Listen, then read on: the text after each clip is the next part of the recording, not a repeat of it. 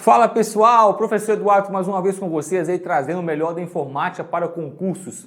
E hoje de forma muito especial vamos trazer então aí o que é conteúdo da PC São Paulo. Você que vai fazer o concurso da PC São Paulo, então aí fica com a gente aqui, fica ligadinho porque nós temos muitas dicas aí para você para poder passar do conteúdo da PC São Paulo.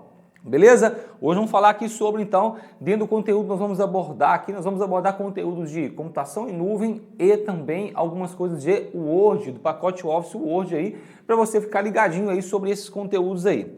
Então, bora lá para a primeira questão aqui pra gente aqui na tela. Deixa eu arredar aqui meu... Boa! Sim, fica melhor. Deixa eu pegar um pincel aqui também.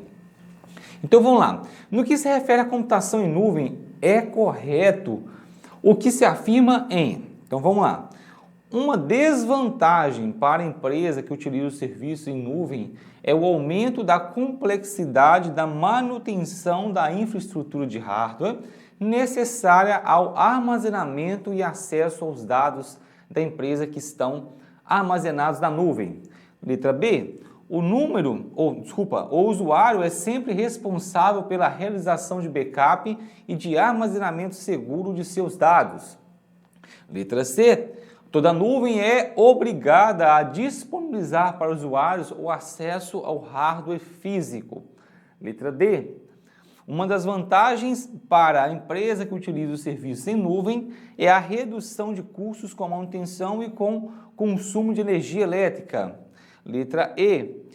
Nesse modelo de computação, a empresa que utiliza os serviços em nuvem deve ser sempre informada sobre a localização geográfica exata de armazenamento dos seus dados. Então, o que você acha então aí que é correto? É o que nós falamos na letra A, na letra B, na letra C, na letra D ou na letra E? Qual que seria então aí a sua opinião sobre qual alternativa que é a correta? A alternativa correta aqui então que nós temos seria a letra... Qual seria?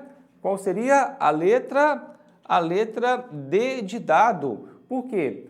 Uma das vantagens, com certeza, para a empresa que utiliza os serviços em nuvem é a redução de custos com manutenção e com consumo de energia elétrica. E por que você está falando isso, professor? Por quê? Primeira coisa que nós temos aqui, quando você leva ou pega o seu serviço e coloca ele para a nuvem, você vai ter uma redução, então, que ele fala aqui de custos com manutenção. Por quê?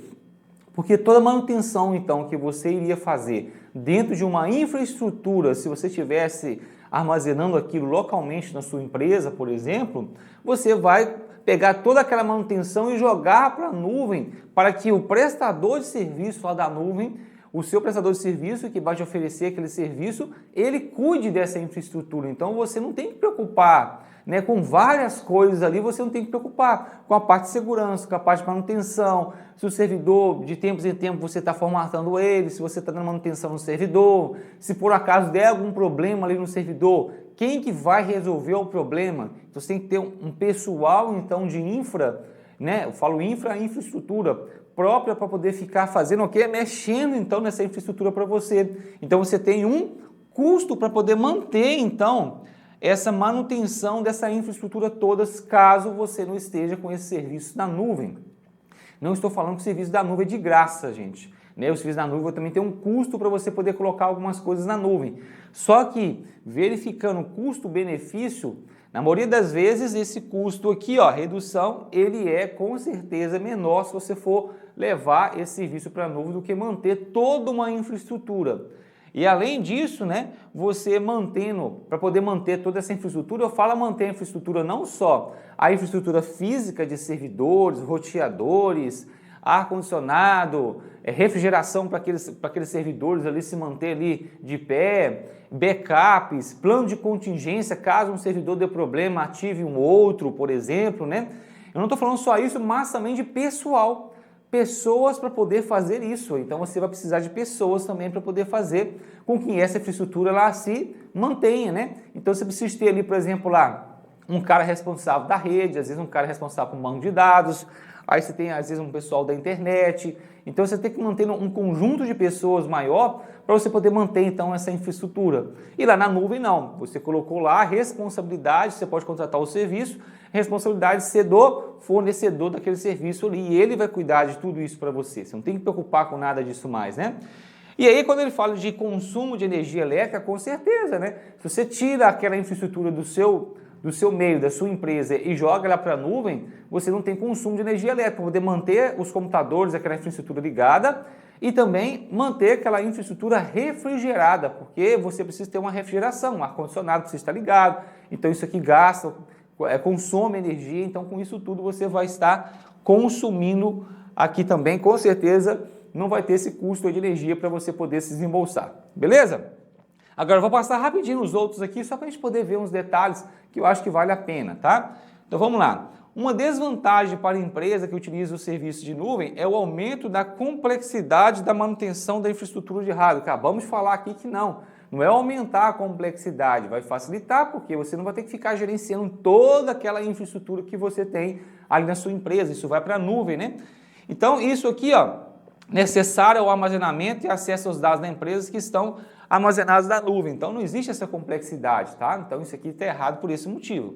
O usuário é sempre responsável pela realização de backup e armazenamento seguro dos seus dados? Não, se você está contratando um serviço em nuvem, os próprios serviços em nuvem que você contrata, eles também têm a responsabilidade por garantir o quê? O backup dos dados, a parte de segurança dos seus dados, isso aqui fica na mão do fornecedor, tá?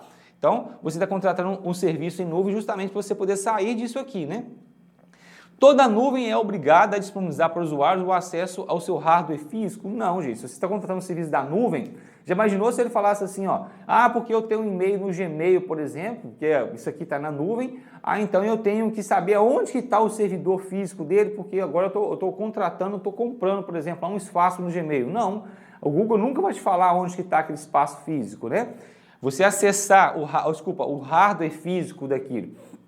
Hoje nós temos servidores que ficam em nuvem, que tem em vários lugares, por exemplo, né? Servidores da Google, por exemplo, tem muitos servidores até no mar, em navios, na verdade, tem em vários lugares do mundo afora espalhado.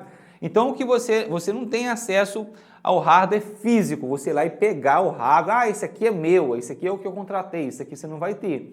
Né? Até mesmo pela rotatividade de coisas que acontecem. Hoje você pode estar num servidor, então ele pode migrar para um outro e etc, etc. Agora, o que você tem, a empresa tem, é o acesso virtual àquele servidor. Então, você consegue ter um número de IP, por exemplo, lá daquele servidor, para que você possa acessar o servidor e, de fato, fazer algumas coisas dentro dele, né? Então, você vai ter o acesso virtual ali, com certeza, àquele servidor. Mas o físico, você ir lá e pegar o servidor, isso não vai existir, tá? E o aqui, ó, nesse modelo de computação, a empresa que utiliza os serviços em nuvem deve ser sempre, cuidado com essas palavrinhas, tá, gente? Sempre, apenas, tá? Então isso aqui é muito importante. Sempre informado sobre a localização geográfica exata do armazenamento de seus dados. Eu acabei de falar aqui agora. A empresa, a função dela é armazenar os seus dados, é manter a segurança, ela não tem que ficar te avisando aonde que isso está. Se ela mudou de servidor para o outro, tem que te avisar onde que mudou o servidor físico? Não. Se mudou, por exemplo, alguma coisa virtual, o IP, alguma coisa assim, aí sim ela tem que te avisar em relação a isso. Mas a parte de ficar avisando você sempre, ele falou que sempre, então é sempre informando sobre a localização geográfica. O que é a localização geográfica, gente? É onde o servidor está. Isso não vai acontecer nunca, tá? Então fica aí essa dica aí da primeira questão sobre computação em nuvem. Muitas informações aqui em uma questão só. E aí eu espero que vocês vão anotando isso aí na prática aí, ok, gente? Vamos para mais uma questão aqui então. Opa, deixa eu apagar aqui o que eu risquei aqui, né? A próxima questão também aqui, referente à computação em nuvem. Vamos ver lá então. Mais uma questão. A respeito de segurança e cloud computing, julgue o item subsequente, né?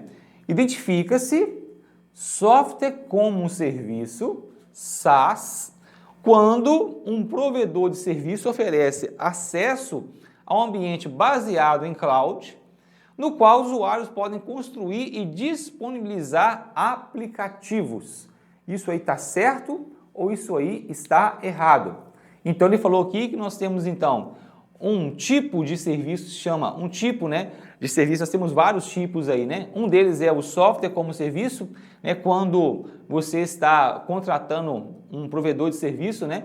Ele oferece o acesso baseado em cloud. Cloud é o quê? Em nuvem, né? Então significa que quando você está acessando lá alguma coisa e esse provedor de serviço é um software como um serviço, usuários podem construir e disponibilizar aplicativos? Resumindo, é isso. Está perguntando se software como serviço, quando a pessoa utiliza, o usuário então pode construir e disponibilizar aplicativos quando utiliza então software como serviço?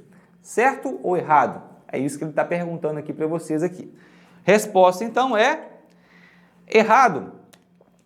Quando ele fala que software como serviço, quando um provedor de serviço oferece um acesso a um ambiente baseado em cloud, no qual usuários podem construir, presta atenção, usuários podem construir e disponibilizar aplicativos. Isso aqui não é SaaS, isso aqui na prática é o que nós chamamos de PaaS. PaaS, plataforma como serviço. Vamos lá entender aqui para vocês poderem anotar e nunca mais errar esse tipo de coisa. O que é software como serviço, gente? É tudo aquilo que eu posso usar na web, na nuvem, né, na internet, sem precisar de baixar para minha máquina. Então, todo software que você pode usar na internet, que você não precisa de baixar necessariamente para o seu computador, você vai estar usando um SaaS. Então, você está usando, por exemplo, lá o Google Docs, por exemplo, né? Ou seja, você está editando algumas coisas lá no seu, fazendo algum documento de texto lá na nuvem, fazendo uma planilha na nuvem, uma apresentação na nuvem. Então, todos esses softwares são disponibilizados para você poder fazer isso, é SaaS. Estou gerenciando projetos e estou usando, por exemplo, lá o Trello, por exemplo, para vocês poderem entender. É um software também na nuvem, que você pode, uma aplicação na nuvem que está. Então, você está usando um SaaS. Então, tudo aquilo que você não precisa de baixar para o seu computador para você poder utilizar é um SaaS. Só que aí vem a seguinte questão, para você agora saber entender por que isso aqui não estaria certo, então, professor. Você está falando que são coisas que o usuário pode construir, que ele pode construir, podia ser um software, né, qualquer, que ele poder construir aí aplicativos aí, né, desenvolver aplicativos, professor. Tem softwares na internet aí que você consegue desenvolver na própria nuvem. Você não precisa de baixar para a sua máquina para poder desenvolver as coisas. Por que isso aqui está errado, então? Então, vamos lá para você poder entender. Todas as vezes que falar ou te dizer coisas relacionadas a desenvolvimento de sistemas, de aplicativos, de software, de plataforma, é que você vai desenvolver alguma coisa relacionada ao processo de programação, desenvolvimento de algo, sempre isso vai estar ligado com PaaS, que é plataforma como serviço. Professor, ainda não entendi. Então tá bom, vou te explicar aqui agora de outra forma. Olha, quando você vai desenvolver um software, por exemplo, um aplicativo, você precisa de programar aquele aplicativo. Todo aplicativo e tudo que se desenvolve hoje, na prática, existe uma linguagem de programação. Então as pessoas vão desenvolver, por exemplo, aquele aplicativo, a tela do aplicativo, as funções que estão dentro do aplicativo, isso tudo dentro de um programa e dentro de uma linguagem, que hoje pode ser utilizado a nuvem para poder fazer esse desenvolvimento. Só que todo e qualquer tipo de software ligado à parte de desenvolvimento de software, desenvolvimento de aplicativo, desenvolvimento de sistema, qualquer coisa que estiver relacionada com isso vai estar dentro de plataforma como serviço. É assim que se dividiu hoje os serviços ou provedor de serviços hoje dentro da computação em nuvem, tá? Então, o PaaS, preste atenção nisso, o PaaS que nós temos aqui e todos os softwares, na verdade, dentro do PaaS, também são SaaS. Não sei se agora vou confundir vocês, mas eu quero que vocês entendam isso. Por exemplo, se eu estou usando aqui um software na nuvem, que é para eu poder desenvolver o meu sistema, estou usando aqui um software na nuvem para poder desenvolver o meu sistema. Professor, mas se o software está na nuvem, você falou que é um SaaS, professor. Tudo bem, é um SaaS. Só que esse software que eu estou usando é um software específico para o quê? Desenvolvimento de sistema, desenvolvimento de aplicativo, desenvolvimento de plataformas. Então, se isso é específico para esta área, isso deixa de ser um SaaS ou classificado como um SaaS e passa a ser classificado como um PaaS. Ok, gente? Então, não esqueça disso. Não esqueça disso. Ah, professor, PaaS então é um tipo de SaaS? Não é tipo de SaaS, ok? Um PaaS aqui, ou os softwares que são PaaS, eles também são SaaS. Só que na classificação, ele é um PaaS porque é software específico para desenvolvimento de software. Ok?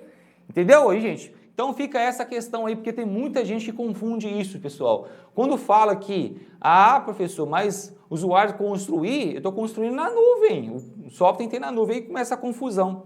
Mas aí, agora, que eu estou te explicando aqui agora, espero que você tenha pegado esses exemplos aí, lembrado isso aqui, tudo que eu não baixo para a máquina e não está ligado com o desenvolvimento de software é SaaS. Tudo que eu não baixo para minha máquina também, mas está ligado de alguma forma com o desenvolvimento de software é PaaS. Plataforma que eu vou usar, o que eu vou usar para poder testar o meu software na nuvem, se eu vou testar meu aplicativo na nuvem, é um software que tem para isso na nuvem, então isso aqui é um PaaS, não é um SaaS, ok? Agora, tudo que eu vou usar fora disso, que não é para poder desenvolvimento de software, é um SaaS. Bom, espero que tenha ficado claro isso aí para vocês, né? Porque isso aqui às vezes é uma confusão que o pessoal faz, né? E às vezes na hora da prova confunde isso. Mas não esqueça desse detalhe, ok? Vamos lá, tá para mais uma questão aqui comigo. Sobre computação em nuvem, assinale a alternativa correta mais uma vez aqui. Vamos ver lá comigo, olha. Uma das desvantagens da computação em nuvem é a capacidade em aumentar os custos dos empreendimentos de uma empresa que contrata esse serviço com infraestrutura de TI. Acabamos de falar na questão anterior aqui, lembra? Que na verdade é redução de custo. Olha para vocês poderem ver duas questões diferentes aqui agora, trazendo mais uma vez essa questão da infraestrutura. Eu trouxe a questão para você poder ficar ligado nas relações que existem, às vezes, de uma questão com outra. Então, isso aqui está errado, com certeza, né, gente? São exemplos de plataforma que se especializaram em fornecer serviços em nuvem. Microsoft Azure, Amazon AWS, Google Cloud e aqui nós temos também a parte de Oracle Cloud. Então, é claro, para você poder responder essa questão, você teria que saber, então, de fato, quais são aí os tipos de fornecedores de serviços que nós temos hoje no mercado. Então, eu estou trazendo para vocês, para você poder anotar esses principais aí fornecedores, que é Microsoft Azure, Amazon, que é a AWS, Google Cloud e Oracle Cloud.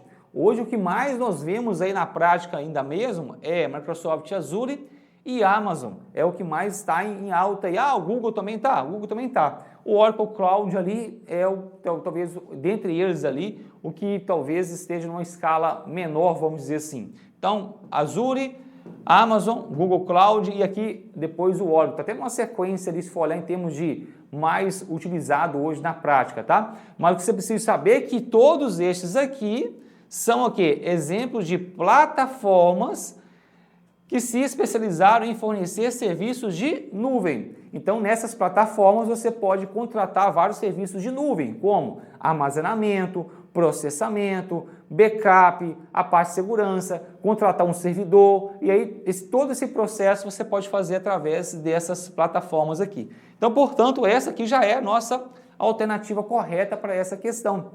Mas para você acertar, logicamente, você precisa saber quais são esses tipos aqui. Então, agora anote isso aí, para que você não possa, caso isso possa aparecer para você depois, não possa errar isso aí na hora da sua prova, ok? Letra C, então, só para a gente poder continuar. Os principais exemplos de computação em nuvem são infraestrutura como serviço, software como serviço e usuário como serviço. Lembra que nós já falamos de duas aqui, lembra? Nós já falamos anteriormente aqui de SaaS e de PaaS. Então, software como serviço, check aqui, ok, né? Agora, nós temos aqui infraestrutura como serviço e usuário como serviço. Será que essas aqui também são tipos aqui, nós temos aqui exemplos de computação em nuvem? Não, usuário como serviço, nós não temos esse tipo de computação em nuvem aqui que nós utilizamos, serviços de nuvem que nós utilizamos. Né? Agora, infraestrutura como serviço, nós temos sim, que é toda a parte de infra, então, que a gente utiliza. Eu não vou entrar em detalhes aqui sobre infraestrutura como serviço, que vai ter questões para frente específicas aqui falando sobre infraestrutura como serviço. Eu vou falar um pouquinho mais sobre isso, ok?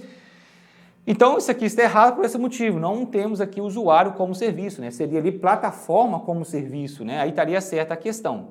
Letra D. Uma vantagem da infraestrutura como serviço, olha agora, para quem contrata um serviço em nuvem é que não há necessidade de compra de licenças vitalícias de software ou preocupações com atualizações. Então, isso aqui está errado. O porquê, então, professor? Porque quando você contrata um serviço de infraestrutura, gente, ele está falando aqui, ó, não há necessidade de compra de licenças vitalícias de software ou preocupações com atualizações. Preocupações com atualizações depende da forma que você contrata o serviço. Se você contrata o serviço e você é responsável, então, por poder fazer aquilo, você vai ter que preocupar, sim, com essas atualizações e com as licenças, então, daquele software ali que você está usando, daquela infraestrutura que você está contratando.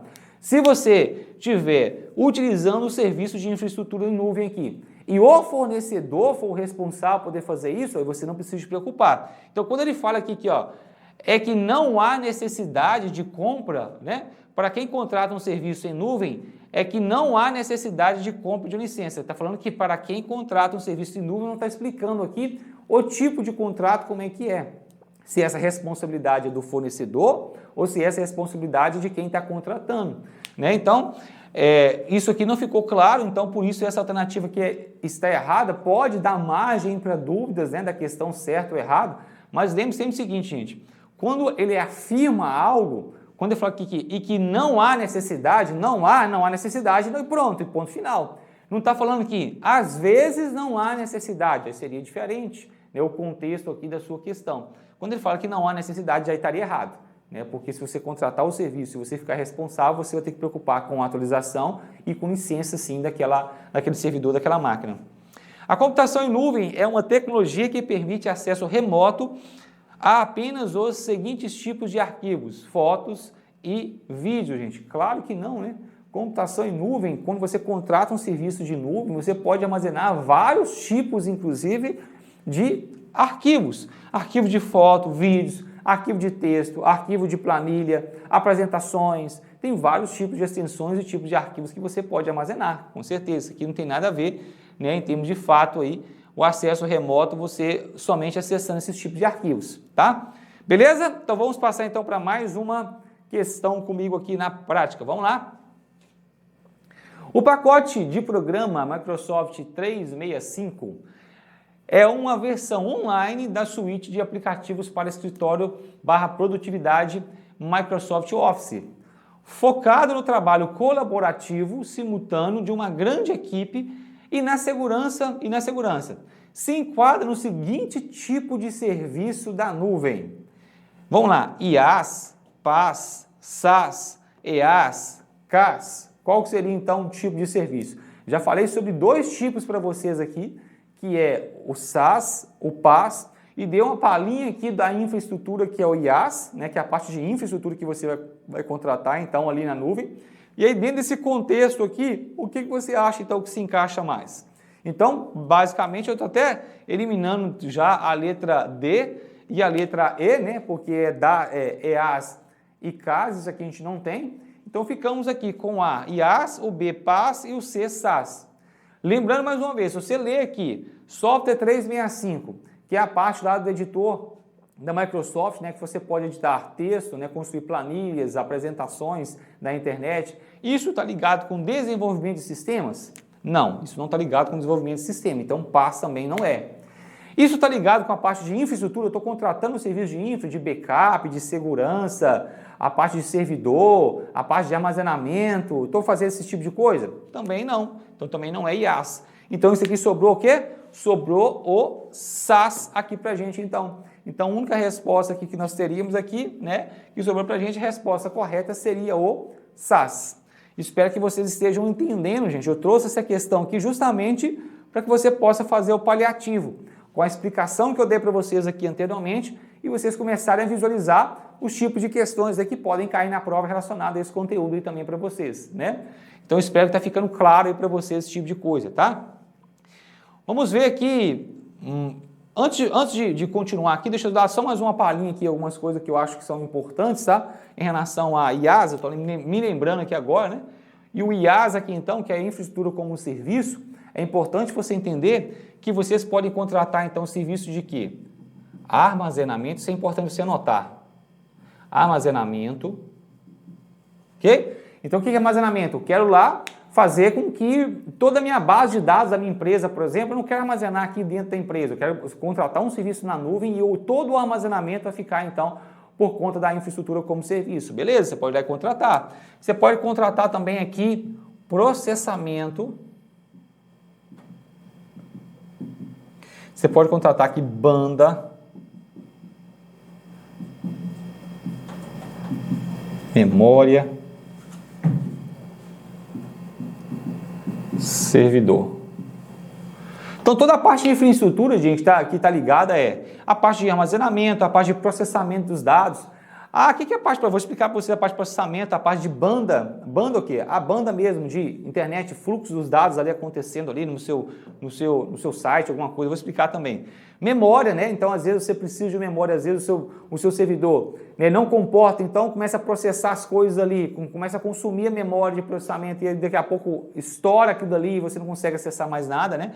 E o servidor em si é a infraestrutura, que você pode ir lá e contratar a infraestrutura completa de um servidor virtual. Servidor virtual ou máquina virtual, tá? Servidor virtual ou máquina virtual. Então, essa questão do processamento é muito legal, gente, essa parte de infraestrutura, só para você poder entender. Eu sempre gosto de dar esse exemplo aos alunos, o seguinte, imagine você que tem um site, que você vai lá, um e-commerce, por exemplo. Então, você paga, por exemplo, uma mensalidade, por exemplo, lá de R$200 por mês, para poder manter aquele site que você tem dentro de algum servidor de hospedagem lá qualquer. Beleza, está pagando R$200, beleza? Então, e aí você paga R$200, só que você tem um serviço ali de armazenamento fixo e a parte de processamento também, ela é limitada. Então, por exemplo, se você vai chegar agora, Black Friday, por exemplo, agora, e você precisa de um processamento maior, você vai ter que pagar mais do que além daquilo que você já pagou para isso poder acontecer. Agora, aqui no serviço de infra, você pode contratar e, à medida que você vai precisando do recurso, a infraestrutura vai te liberando. Então, você não paga, às vezes, R$200 por mês, algo fixo, você paga pelo uso. Quanto que eu armazenei? Então, vou pagar sobre aquele armazenamento. Quanto de processamento que eu utilizei, então, aqui do serviço em nuvem? Então, vou pagar sobre aquele processamento, então, daquele serviço em nuvem que eu utilizei. Numa Black Friday, todo mundo usando, então significa que o seu processamento vai ter que subir, ó. Então, você vai ter que liberar mais o quê? Banda para o pessoal acessar. Banda é o quê? É banda larga, é a internet para o pessoal. Ou seja, você abrir, então, a comporta, por exemplo, do servidor. Então, está todo mundo passando por uma estradinha estreitinha. Então, abre para todo mundo passar e conseguir comprar, né? Então, isso aqui, a própria infraestrutura pode fazer isso aqui para você, tá? Então, por isso da importância de você contratar, então, um serviço de IaaS, às vezes é importante, principalmente por esses motivos aí, caso você tenha negócios desse tipo. E aí, negócios que eles dão aqueles picos assim e depois caem, né? Então, volta para a naturalidade. Então, se dá o pico, então você vai pagar somente quando o pico aconteceu, né? O pico aconteceu de armazenamento, de processamento, de memória, de banda, paga por aquele pico e depois você vai pagar também o preço justo ali do que de fato você está usando da infraestrutura. Não é igual a mensalidade que você paga ali por mês, R$200, e se você usou, você paga, se você não usou, você paga também. Então, se durante o mês todo lá, né, o seu tráfego ficou lá consumindo, por exemplo, lá 10 megas, e o seu contrato é de 100 megas de internet, você pagar pelas 100 megas, a diferença está consumindo 5. Tá? Então, aqui não, aqui você paga justamente por aquilo que você consome. Beleza, pessoal? Então, espero que tenha ficado claro aqui essa parte de infraestrutura como serviço para vocês também, a parte de PaaS e a parte de IaaS, ok? IaaS, PaaS e SaaS, desculpa, ok? Beleza? Então, deixa eu tomar uma aguinha aqui rapidinho para a gente poder continuar aqui falando sobre mais alguns conteúdos aqui para frente. Beleza? Rapidinho.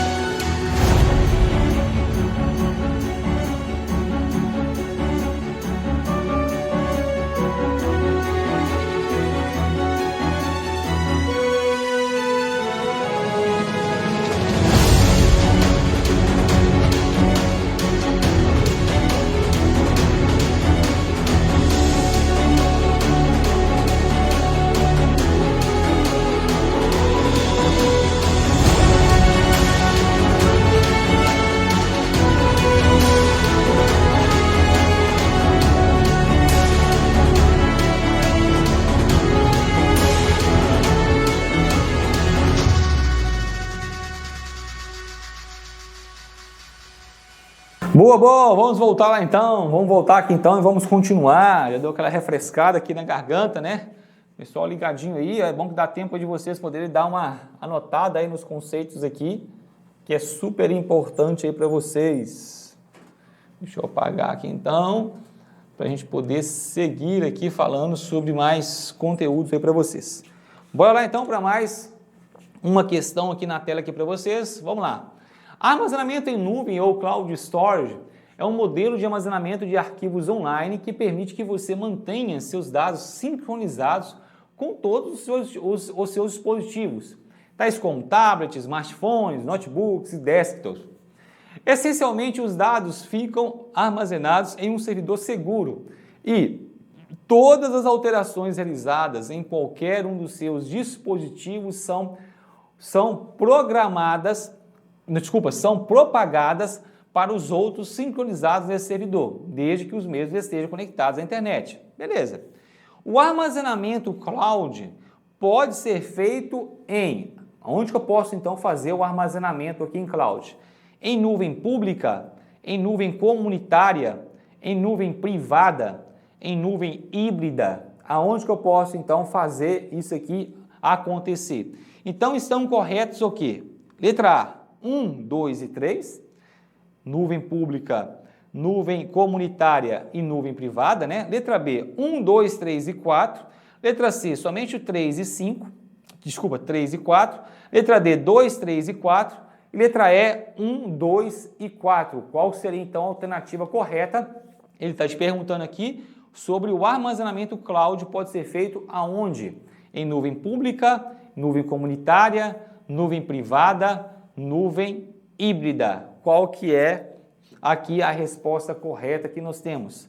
Resposta para essa questão é a letra B de bola. Todas elas aqui são de fato tipos aqui de nuvem que nós temos. Opa! São tipos de nuvem que nós temos. Aí agora deixa eu falar para vocês. Pensei que eu tinha colocado aqui um resuminho, mas acabei que nessa questão não coloquei. Mas deixa eu falar para vocês aqui os tipos de nuvem então que nós temos, né? Nuvem pública, nuvem comunitária, privada e nuvem híbrida. Nuvem pública que nós falamos aqui, gente, é o acesso, o próprio nome já diz, né? Que é a parte da nuvem pública é você ter acesso, disponibilizar coisas na nuvem que são públicas. Então tem muitas empresas que têm, por exemplo, parte dos seus dados, inclusive, como público e parte dos seus dados como nuvem privada. Ou seja, nuvem pública, o acesso é de qualquer pessoa, pode ir lá e acessar aqueles dados lá. Por exemplo, pode ser vídeos, então, que nós disponibilizamos para vocês que está aí do outro lado, né? Então, vou pegar um exemplo aqui clássico para você poder entender, como se nuvem pública fosse o YouTube hoje, que vocês conseguem acessar os nossos vídeos aí, né, disponibilizados aí para vocês poderem acessar, você está acompanhando aqui agora, um nuvem gratuito, um vídeo gratuito que está onde? Está na nuvem, e uma nuvem pública porque está aberta para qualquer pessoa poder acessar esse vídeo e visualizar, né, essa aula que vocês estão vendo aqui agora. Agora, outro exemplo é nuvem privada, nós temos também a nuvem privada aqui, que é onde estão os nossos vídeos, as nossas videoaulas sobre os concursos, aonde nós damos mais detalhes, né? Nós criamos, então, aqui nós temos as aulas, né? Nós temos as aulas comentadas, questões, várias outras coisas que são restritas na nossa nuvem, somente as pessoas, então, que contratam o serviço ali do pacote para poder adquirir aquele pacote e aí sim ter acesso, então, aqueles dados. Então, esses dados não estão abertos para todas as pessoas poderem acessar. Então, por isso isso aqui está numa nuvem privada.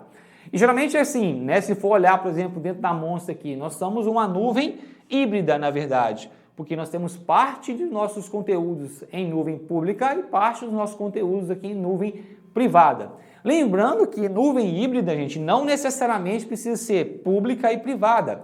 Pode ser também pública e comunitária, comunitária e privada, tá?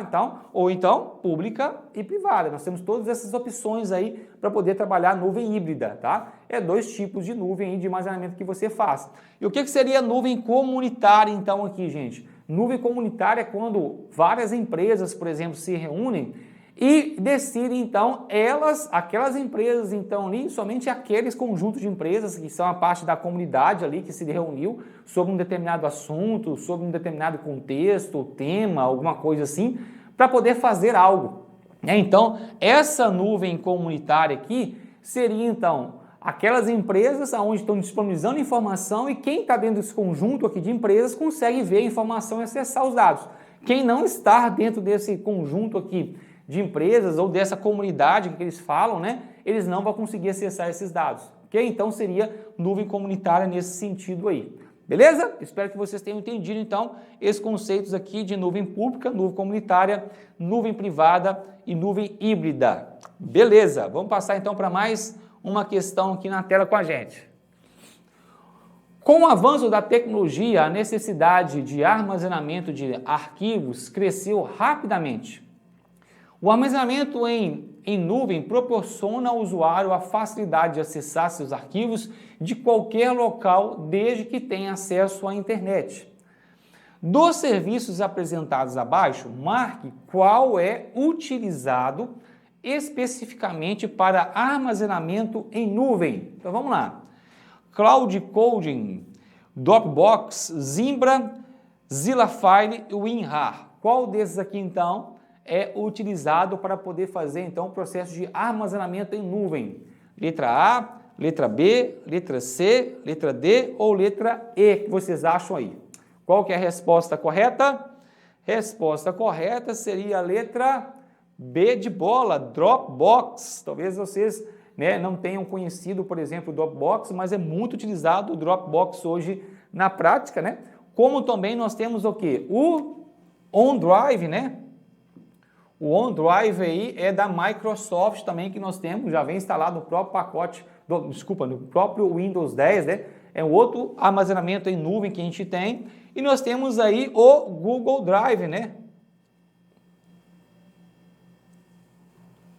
O Google Drive.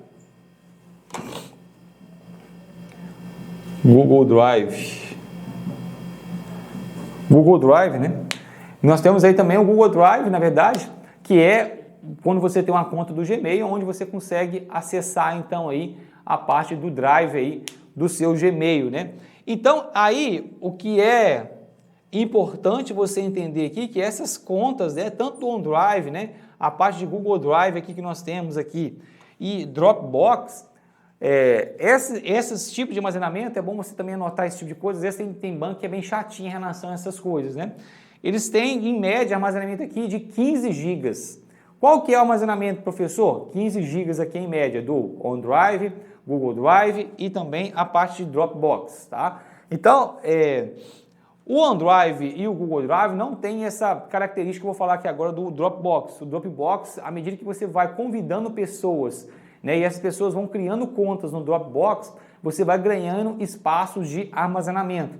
Às vezes, um tempo atrás, estava cada pessoa que você convidou e ela criou, na verdade, né, foi lá e criou uma conta no Dropbox lá, você ganhava 500 megas aqui a mais na sua conta. Então, você convidou uma pessoa, ela de fato foi lá e se registrou-se lá no Dropbox, então você ganhava 500 megas aí na sua conta. E aí você consegue crescer esse número de armazenamento, esse volume de armazenamento que você tem, né? Você consegue crescer ele dessa forma. Diferentemente aí do Google Drive e também do OneDrive, que não tem essa característica aí de você ficar convidando pessoas e você ganhar maior espaço de armazenamento aí. Ok, gente? Então, Dropbox, Google Drive e OneDrive, anote isso aí, que são os 3 tipos mais comuns aí que nós temos de armazenamento em nuvem de dados aí, né? Beleza? Vamos lá para mais uma questão? Vamos lá. O armazenamento em cloud, o armazenamento na nuvem, tornou-se bastante popular nos últimos anos. Sobre ele, é incorreto. Então, estou querendo buscar aqui o que está errado, tá? É importantíssimo você grifar na sua prova esse tipo de detalhe quando você vai, de fato, olhar a questão, incorreto ou correto. Tem gente que vacila muito isso aí na hora da prova e erra, às vezes, questões de bobeira, né? Então, incorreto afirmar que com o armazenamento na nuvem não é necessário adquirir hardware. Isso aqui está certo ou está errado? Isso aqui está certo, né? Se você for olhar com o armazenamento na nuvem, não é necessário adquirir o hardware, porque o hardware vai estar na nuvem. Você está contratando um serviço justamente para isso, às vezes, né? Letra B. Armazena dados na internet por meio de um provedor de computação na nuvem que gerencia e opera o armazenamento físico dos dados como um serviço. Isso está certo ou isso aqui está errado?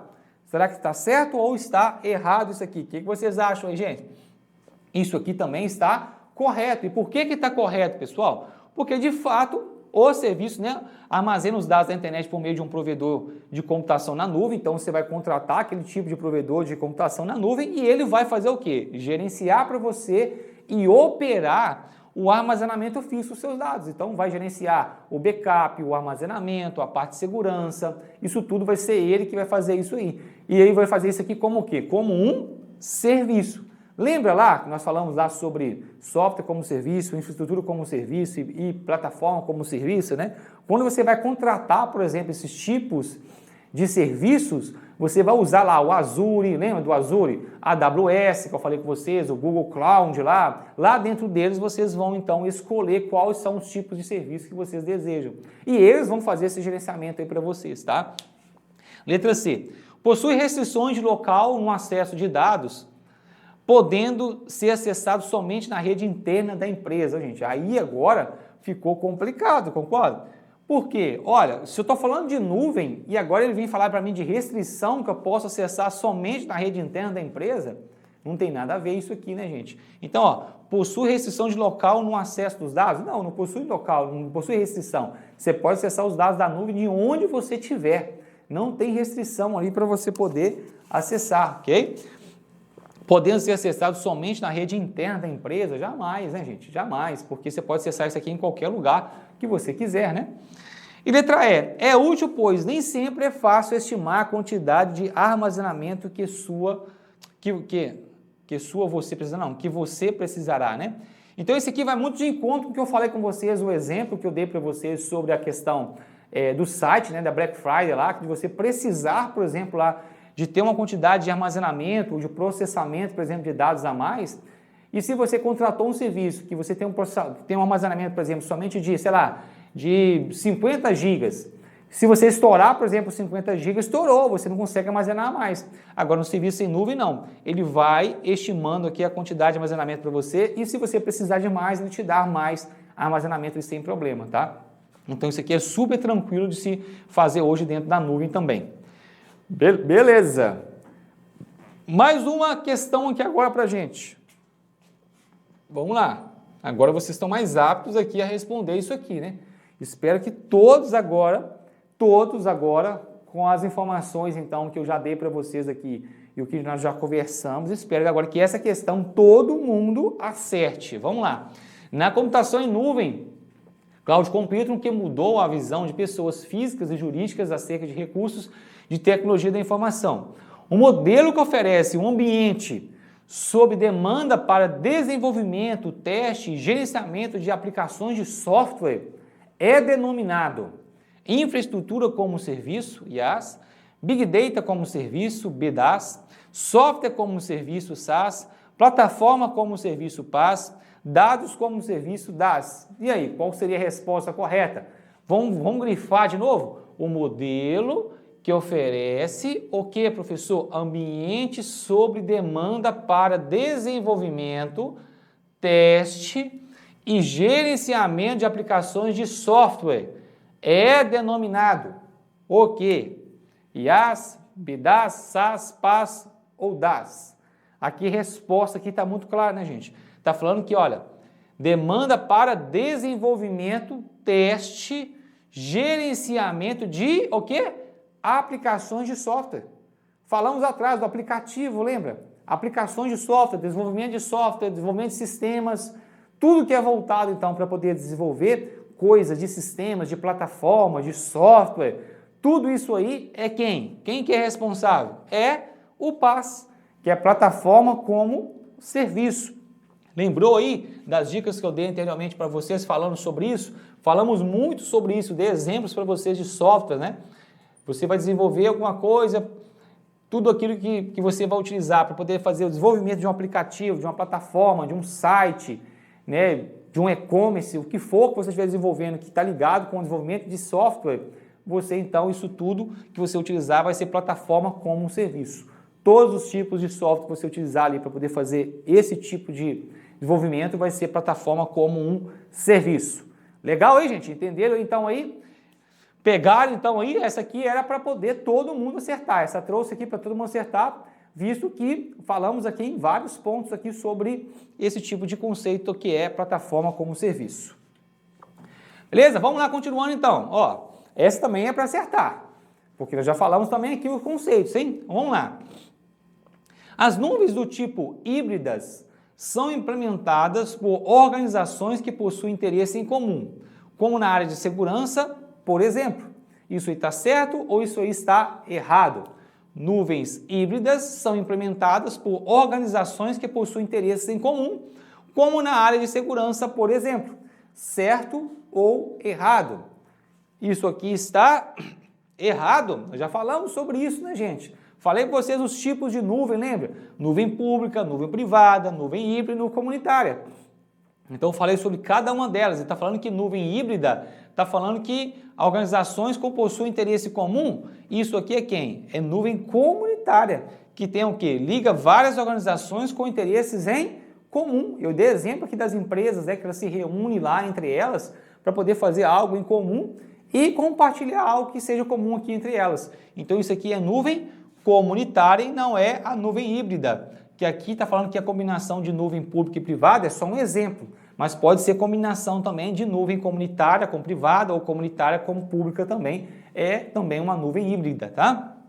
A nuvem pública, já falei com vocês que pode ser acessada por qualquer um, nuvem privada restrita ao público de uma instituição, de uma empresa, falei para vocês também um exemplo lá, lembra? Dos vídeos do YouTube aqui, é como se fosse a nuvem pública e os vídeos internos das nossas aulas que nós temos aqui, né, gravadas, é como se fosse a nossa nuvem privada. Fica ligado nas questões, gente, porque você aprendeu uma vez, você não vai errar mais. Você aprendeu e aí você não vai errar mais aquilo, ok? Vai gravando então esses conceitos aí. Beleza, vamos passar agora para mais uma questão aqui na prática com a gente, olha.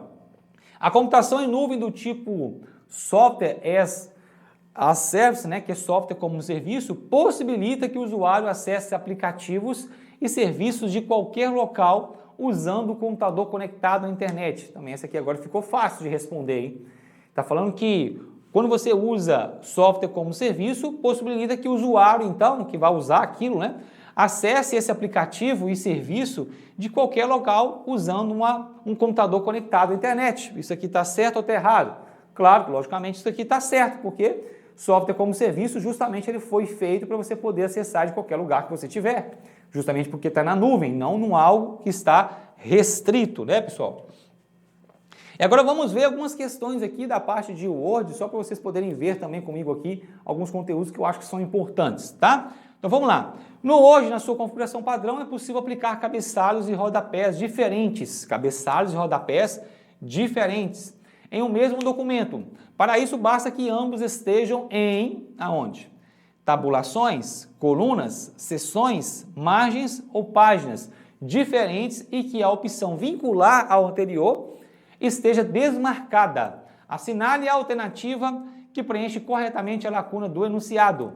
Então, se eu quero trabalhar então com cabeçalhos e rodapés diferentes, gente, eu tenho que usar o quê? Eu tenho que usar aqui o quê? Letra A, tabulações, colunas, seções, margens ou páginas. Para isso aqui acontecer, eu tenho que usar as seções, né? Então tem que ter seções diferentes. Lá no seu documento que você tem, gente, você pode ter vários documentos lá, né? Seu documento inteiro aqui, ó, página 1, página 2, página 3. Quando você está no seu documento, você tem ou está em uma única seção dentro desse documento que você está. Você pode ter 200 páginas. Se você não deu nenhum tipo de quebra de seção ainda, não deu quebra de seção nenhuma, você está na mesma seção, que significa que é a seção 1. Então, tudo que você alterar no seu cabeçalho vai ser alterado para todos os outros cabeçalhos da sua página. Então, se você colocou aqui Monster Concurso, aqui, ó, escreveu lá Monster, por exemplo, lá no seu cabeçalho, na primeira página, esse Monster ele vai ser escrito na segunda, vai ser escrito na terceira e todas as páginas suas que estiverem para baixo, porque todos aquele documento está numa única seção. Se você não tem seções diferentes, você não consegue fazer formatações também diferentes de cabeçalho e rodapé. Isso aqui é muito importante para você poder entender. Então, para eu poder conseguir, então, de fato, alterar cabeçalho e rodapé, eu posso fazer o quê? Eu posso vir, por exemplo, aqui, eu quero começar a alterar o cabeçalho, por exemplo, a partir da página 2.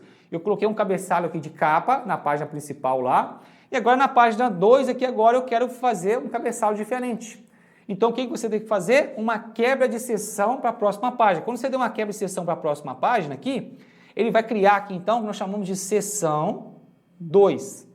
E aqui em cima então vai ficar seção 1.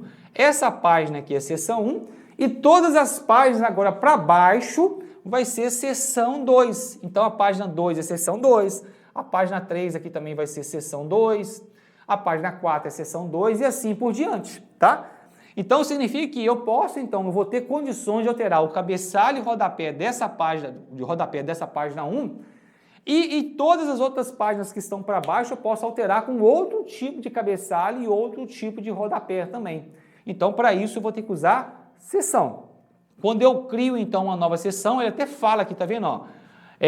Diferente, a opção vincular anterior esteja desmarcada. Então, quando você cria uma seção aqui nova, né, e você está com o cabeçalho aqui monster, você precisa desmarcar essa vinculação com a seção anterior para que você possa vir aqui agora na página 2 e mudar o cabeçalho para que você deseja. Então, quando você mudar aqui o cabeçalho, depois que você desmarcou esse vínculo com a página anterior, que é a seção anterior, aí todas as páginas aqui, ó, se eu quiser colocar aqui, ó, Eduardo aqui como cabeçalho, Edu, por exemplo, aqui como cabeçalho da página 2, Edu vai aparecer na página 2, vai aparecer na página 3, na página 4, 5, porque todas elas estão na mesma seção.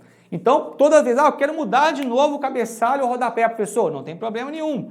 Para a próxima página aqui agora, página 4, você vai lá e faz aqui uma nova quebra de seção, desvincula da seção anterior e muda agora para o cabeçalho, por exemplo, Maria. Todas as páginas ali que estão depois da página 3, a página 4, a 5, a 6, a 7, todas elas vão ter o cabeçalho Maria agora. E assim vai, gente. Como também nós podemos alterar, aqui tá, a questão de layout também, é importante vocês notarem isso, o layout da página você também pode alterar com a parte de seção.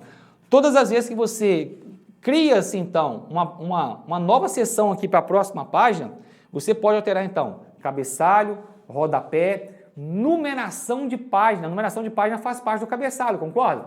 Então, no momento que você está fazendo, por exemplo, algumas páginas vão ter numeração e outras não têm. Capa, contracapa, folha de rosto, não tem numeração nessas páginas. É só a partir do desenvolvimento, por exemplo, do seu trabalho. Então você não pode colocar numeração. O cabeçalho lá tem que ser o quê? Branco, não pode ter número lá. E a partir daquela página só que tem que ser contabilizada. Então você pode fazer isso aqui com quebra de seção.